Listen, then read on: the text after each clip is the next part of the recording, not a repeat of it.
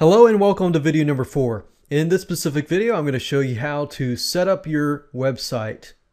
In order to do this, you need to have a domain name, web hosting, and of course, you need to set it all up.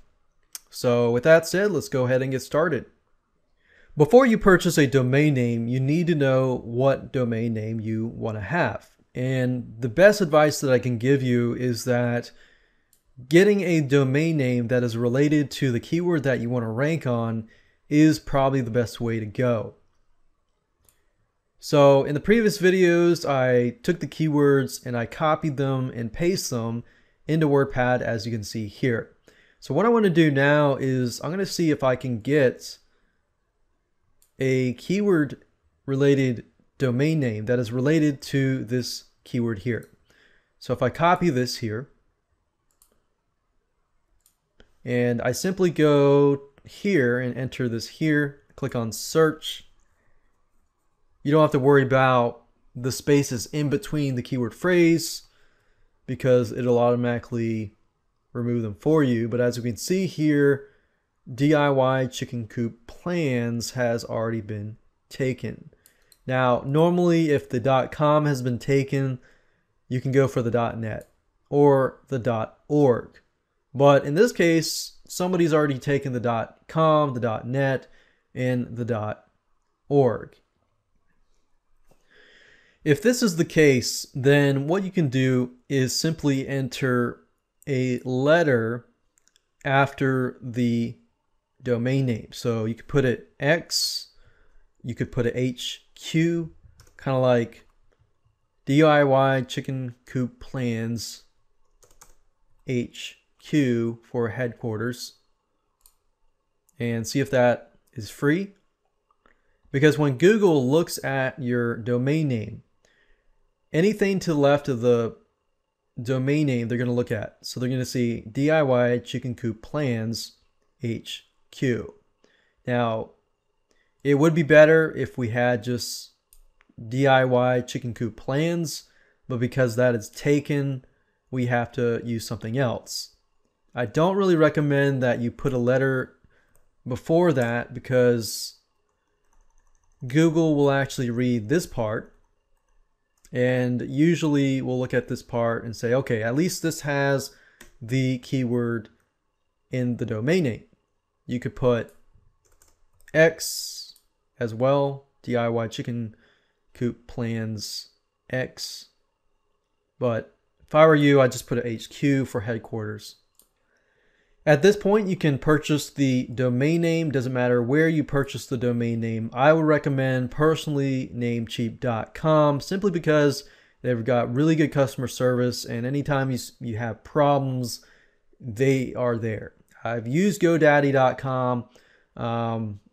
Not as impressed as namecheap.com, but I would leave that up to you. After that, you're going to need to have web hosting.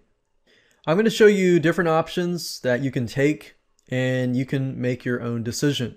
What you can do is type in web hosting forum talk special offer. This is a forum that I personally use and have personally used for many years, and they're basically a forum where tons of web hosting companies hang out. And they offer these really super discounted special offers that you would rarely ever see anywhere else.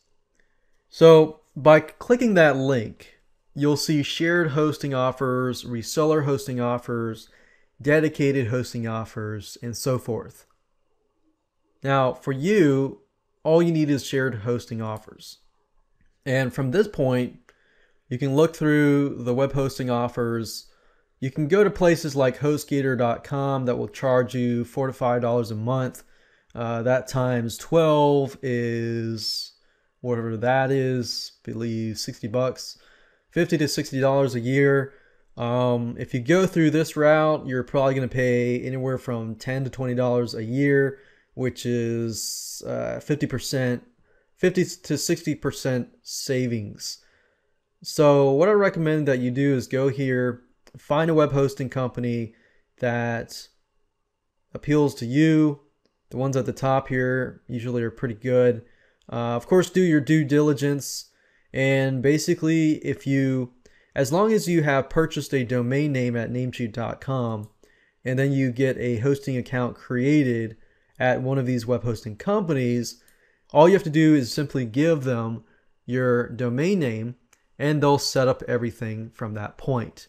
Now, they're going to give you, after that, they're going to create an account on their server.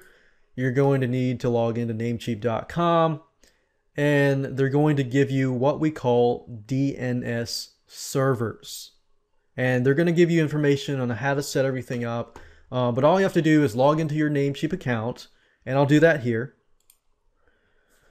Assuming that you've purchased the domain name, go to Domains, Manage Domains, click on the specific domain that you want to modify, and then as you can see here on the left-hand side, you're going to click on Domain Name Server Setup.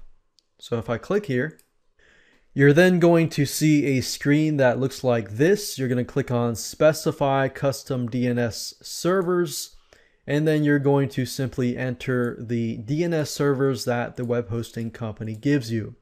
Some of them will give you 2, some of them will give you 4. All you have to do is enter them here, click Save, and that's it.